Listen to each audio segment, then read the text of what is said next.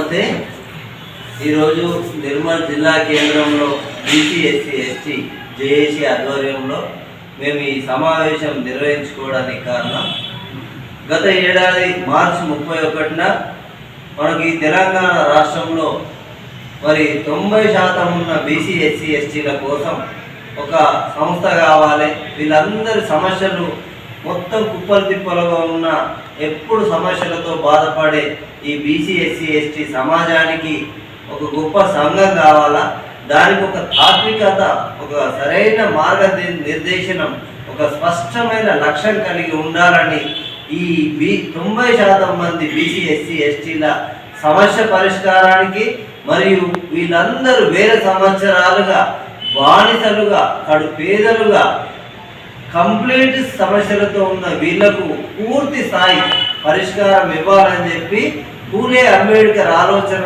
రూపంతో ఏర్పడ్డ భారత రాజ్యాంగ రాజ్యం ఈ 90% బీసీ ఎస్సీ ఎస్టీలకు నిర్మించిద్దామని చెప్పి డాక్టర్ విశారదన్ మహారాజ్ గారు మార్చి 31న ఈ తెలంగాణ రాష్ట్రంలో బీసీ ఎస్సీ ఎస్టీ జేఏసీని ఏర్పాటు చేయడం జరిగింది.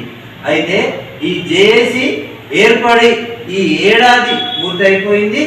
కాబట్టి దీన్ని మహాత్మా జ్యోతిరావు పూలే గారి జయంతి ఏప్రిల్ 11 సందర్భంగా హైదరాబాద్ కేంద్రంగా ఈ జయంతి కార్యక్రమాన్ని మహా పెద్ద ఉత్సాహంగా, అసలు ఈ ప్రపంచంలో ఒక దైవ సమాన స్వరూపుడు మహాత్మా జ్యోతిరావు పూలే, ఆయనకు ఘనమైన నివాళి ఇవ్వడానికి ఈ బీసీ ఎస్సీ ఎస్టీ ప్రజలందరూ ఆయనకు ఒక గొప్ప కృతజ్ఞతను చాటించుకునే దిశగా హైదరాబాద్ రాష్ట్ర రాజధాని కేంద్రంలో ఏప్రిల్ 11వ తారీఖున బీసీ ఎస్సీ ఎస్టీ జేఏసీ ఒక వార్షికోత్సవము మరియు ఆయన జయంతి ఉత్సవాన్ని నిర్వహించబోతున్నాం.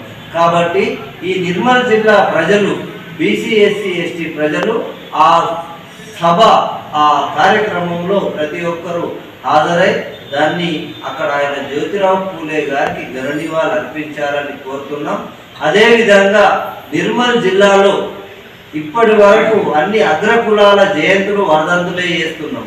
కానీ ఈ బీసీ ఎస్సీ ఎస్టీ గత సంవత్సరం నుంచి అనేక బీసీ ఎస్సీ ఎస్టీ మహనీయుల జయంతులు వర్ధంతులు మేము పరిచయం చేస్తున్నాం. కాగా మనము ఈ ఏడాది నిర్మల్లో ప్రతి గ్రామ స్థాయి నుంచి మహాత్మా జ్యోతిరావు పూలే గారి జయంతిని చాలా అద్భుతంగా గొప్పగా చేయాలని బీసీ ఎస్సీ ఎస్టీ జేఏసీ పిలుపునిస్తుంది. దీన్ని ప్రజలందరూ అర్థం చేసుకోవాలి. మహాత్మా పూలే గారిని మనము నివాళులు అర్పించాల్సిన కనీస అత్యవసర బాధ్యత, అత్యవసర ఎమర్జెన్సీ బాధ్యత ఉన్నది. కాబట్టి దీన్ని బీసీ ఎస్సీ ఎస్టీ ప్రజలు అర్థం చేసుకొని గ్రామ స్థాయి నుంచి నిర్వహించాలని కోరుతున్నాను.